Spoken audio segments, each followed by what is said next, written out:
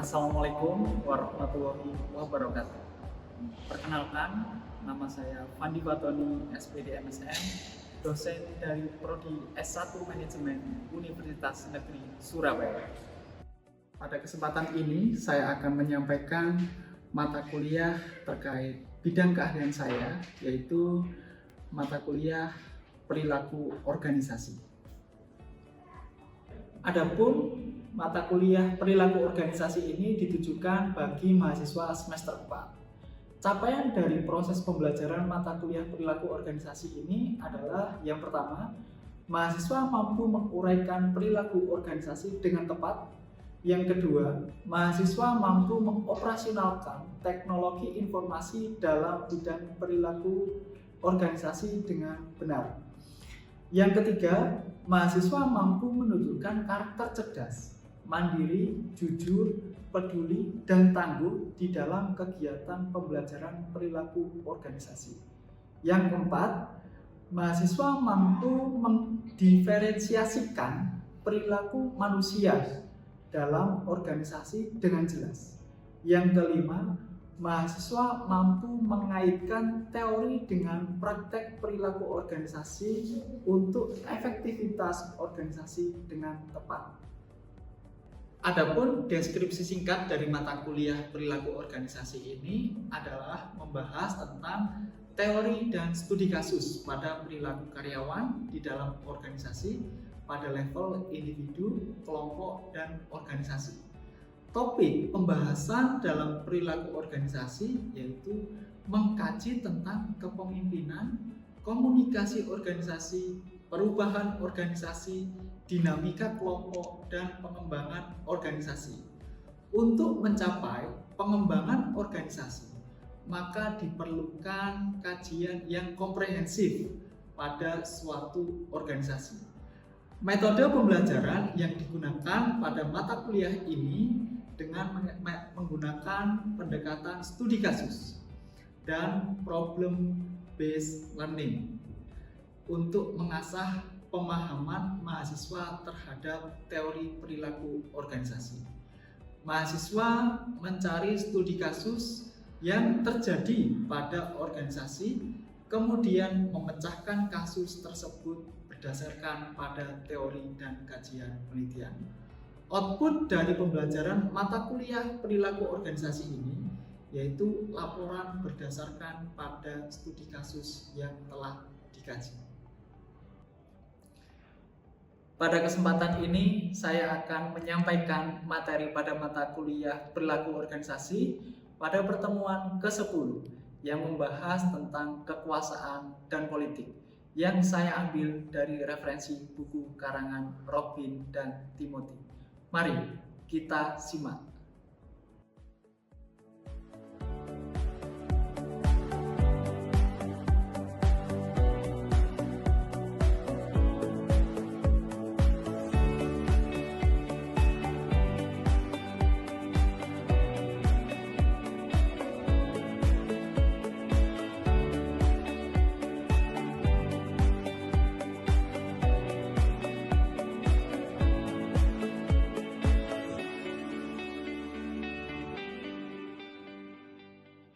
Pagi teman-teman. Gimana kabarnya? Baik, sebelum kita mulai perkuliahan pada hari ini, kita alangkah baiknya berdoa terlebih dahulu, ya, supaya apa yang kita pelajari pada hari ini ke depan akan bermanfaat bagi kita semua. Berdoa bisa dipimpin sama Mas Ragil. Ya, silakan Mas. Untuk memulai perkuliahan kita hari ini, berdoa menurut keyakinan dan agama masing-masing. Berdoa mulai.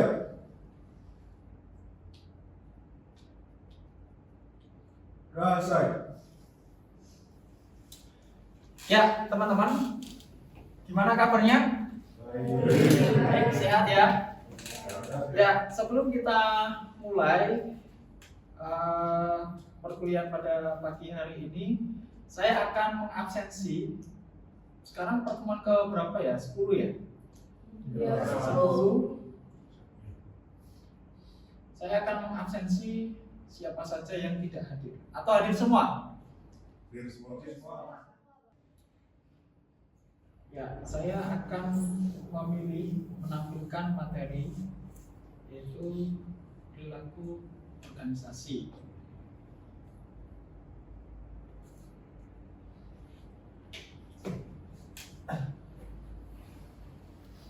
Ya teman-teman, pada hari ini kita akan mempelajari mata kuliah perilaku organisasi, materi tentang kekuasaan dan politik. Apa itu kekuasaan? Ada yang bisa menjawab? Coba angkat tangan. Salah nggak apa-apa. Ara, silakan. Ya, silakan Ara. Izin menjawab, kekuasaan itu menurut saya seperti kemampuan untuk memenang gitu Pak, di dalam organisasi atau perusahaan. Kemampuan untuk Memiliki wewenang. memiliki wewenang. Ya, terima kasih Ara. Itu tadi kata Ara, apa Ara tadi? Bahwa kekuasaan itu adalah kemampuan untuk memiliki kewenangan atau memiliki wewenang. Ada tanggapan lain, apa itu kekuasaan? Ya, silakan teman. Jadi menurut saya itu kekuasaan itu adalah suatu kemampuan untuk mengontrol atau menjalankan peran dari perilaku atau individu atau kelompok. Kemampuan untuk mengontrol. Tidak salah. Ya, tidak salah pengertian dari kedua mahasiswa ini, Ara dan Roman. Tidak salah. Kekuasaan itu adalah kapasitas yang dimiliki, ya, yang dimiliki di sini, yang dimiliki oleh siapa? Oleh individu. Katakan individu itu adalah si A. Artinya kapasitas yang dimiliki oleh si A, ya, yang dimiliki A, untuk apa? Untuk memengaruhi perilaku seseorang atau orang lain. Ya.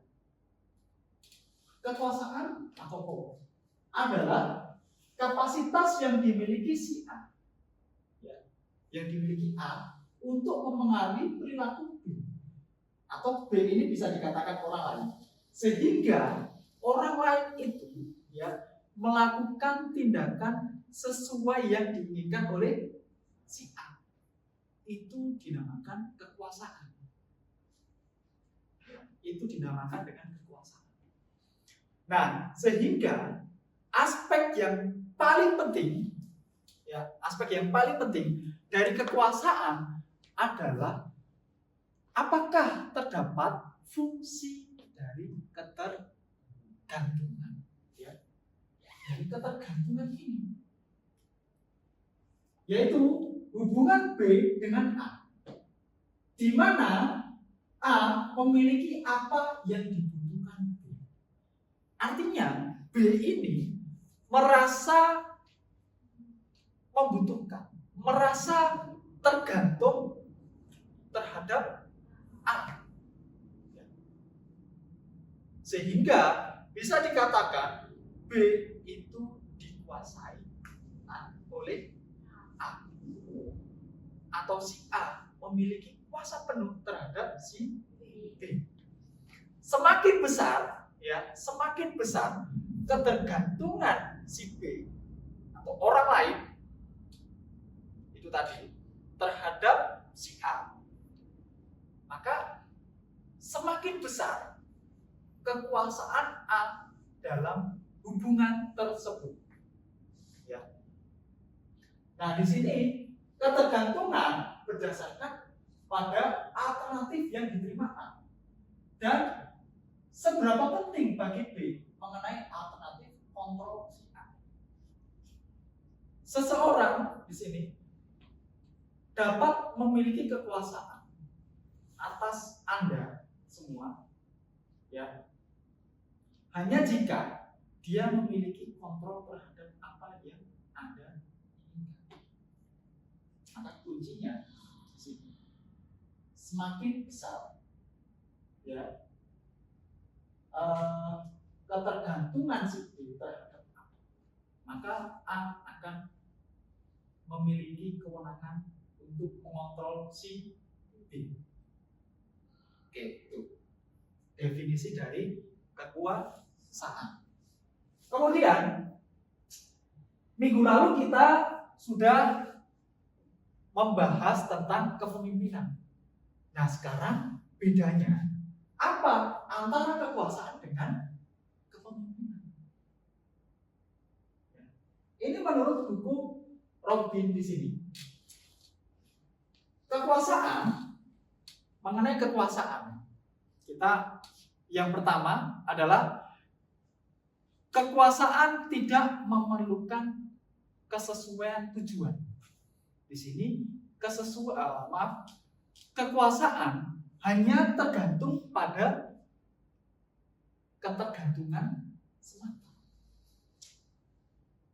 Beda dengan kepemimpinan.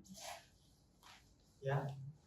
Kekuasaan dalam kepemimpinan memerlukan beberapa kesesuaian di antara apa? Di antara tujuan-tujuan pemimpin dengan yang dipimpin. Nah, ini tentu beda.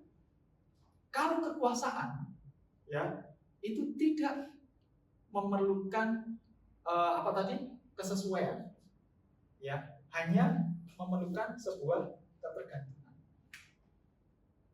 Kalau kepemimpinan, ya, kepemimpinan itu memerlukan beberapa kesesuaian di antara tujuan-tujuan pemimpin dengan yang dipimpin di dalam sebuah organisasi.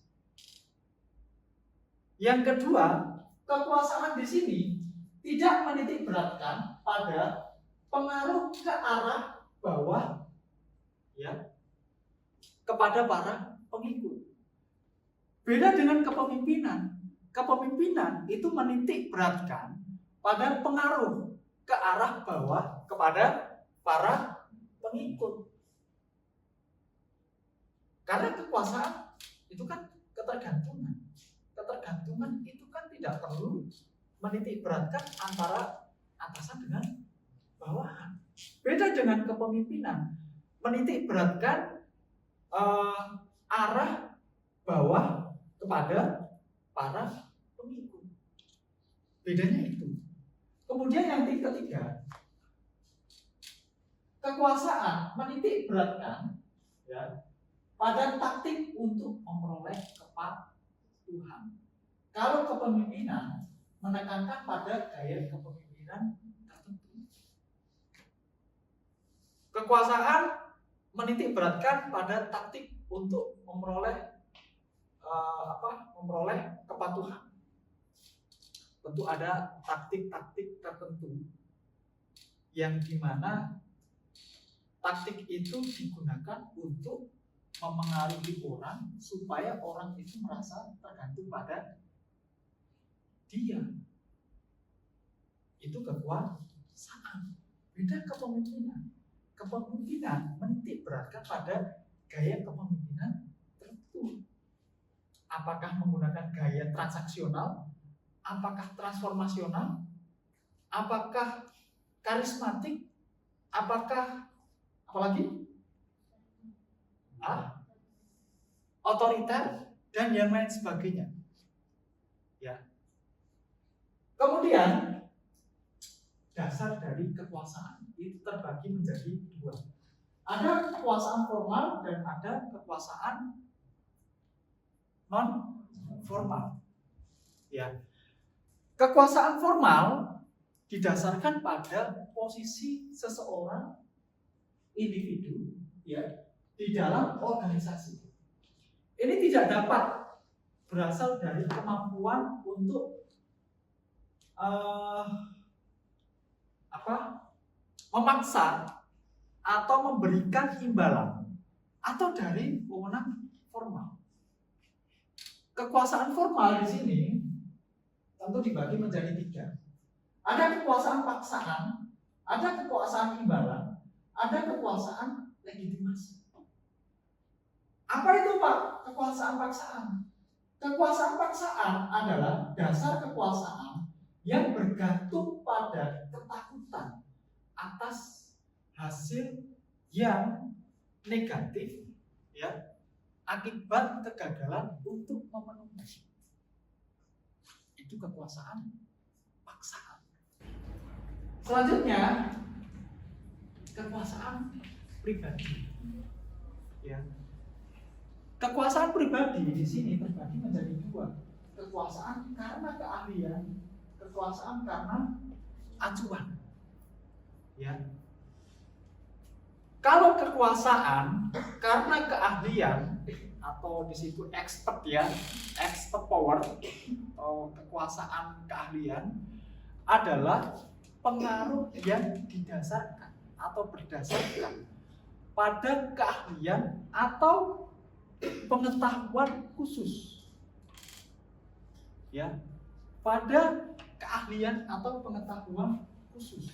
Apabila orang di situ atau pribadi ataupun individu memiliki sebuah keahlian khusus di dalam sebuah organisasi, ya, nggak ada orang lain yang memiliki hanya satu orang itu, maka bisa dikatakan pribadi itu memiliki expert. Kemudian ada kekuasaan acuan, ya, adalah pengaruh apa yang didasarkan pada identifikasi dengan seseorang yang memiliki sumber daya atau sifat pribadi yang diinginkan. Ada acuan di situ. Teman-teman mengacu pada siapa? Tinggal teman-teman mengacu pada siapa. Nah, siapanya itu atau orang lain yang teman-teman jadikan acuan, secara tidak langsung orang lain itu memiliki kekuasaan terhadap dirinya teman-teman. Contoh di sini, teman-teman mengidolakan si A, mulai gaya rambut, mulai penampilan, ya, teman-teman jadikan acuan. Nah, dari situ orang lain itu yang teman-teman anggap menjadi acuan, ya, secara tidak langsung memiliki kekuasaan acuan terhadap teman-teman. Kenapa? Karena teman-teman secara tidak langsung atau teman-teman secara tidak sadar ingin seperti orang yang teman-teman jadikan acuan, mulai gaya rambut, mulai cara penampilan, ya, pasti itu. Nah, sekarang pertanyaannya, dari kekuasaan formal, mulai paksaan, pemberian imbalan, legitimasi, dan kekuasaan pribadi, mulai ahli dan acuan, yang manakah yang paling penting? Pertanyaan besar itu. Mana yang paling penting? Apakah kekuasaan formal atau kekuasaan pribadi? Nah, banyak sekali penelitian yang menyatakan di sini sumber kekuasaan pribadi adalah yang paling efektif, yaitu ahli dan acuan. Kenapa? Karena orang ahli memang di bidang itu, ya, ahli di bidang itu, gak ada yang lain, maka sangat efektif. Kemudian acuan, ya, orang banyak di sini di dalam kelas ini, ya, pasti antara satu sama lain memiliki acuan yang berbeda, mulai dari penampilan, mulai dari berdandan, mulai dari cara berpakaian, pasti punya acuan, ya kan? Entah itu yang wanita di sini melihat film drakor, oh itu sangat cantik, saya ingin cantik seperti film drama Korea. Itu sebagai acuan. Kemudian selanjutnya adalah kekuasaan di sini. Kekuasaan di sini kebergantungan adalah kunci menuju kekuasaan. Seperti di slide pertama tadi, yang kedua tadi, kunci dari kekuasaan adalah ketergantungan. Ya, kunci kekuasaan adalah ketergantungan. Nah, di sini bagaimana caranya agar orang tersebut bisa bergantung pada kita? Yang pertama, merumuskan kebergantungan secara umum. Ya. Ketika Anda memiliki sesuatu yang diperlukan oleh orang lain dan hanya Anda yang memilikinya, maka bisa dipastikan ya orang lain itu akan bergantung pada Anda. Ini merumuskan kebergantungan secara umum. Nah, sekarang pertanyaan selanjutnya, apakah yang menciptakan kebergantungan? Kebergantungan akan meningkat ketika sumber daya yang Anda kendalikan tersebut adalah satu, penting, dua, langka, dan yang ketiga tidak tergantikan. Ya. Maka kebergantungan akan meningkat apabila kebergantungan itu yang pertama penting, ya, kedua langka, yang ketiga adalah tidak tergantikan. Penting jika tidak ada seorang pun yang menginginkannya, ya. Jika tidak ada seorang pun yang menginginkannya, apa yang Anda miliki, ya, maka tidak akan mampu menciptakan ketergantungan. Langka, hubungan kebergantungan dalam kategori kekuasaan jabatan. Tidak tergantikan, semakin sedikit ya yang dapat menggantikan dengan layak suatu sumber daya, semakin besar pengendalian kekuasaan yang dimiliki oleh sumber daya tersebut. Ya. Maka kebergantungan atau ketergantungan itu merupakan kunci dari sebuah kekuasaan. Selanjutnya,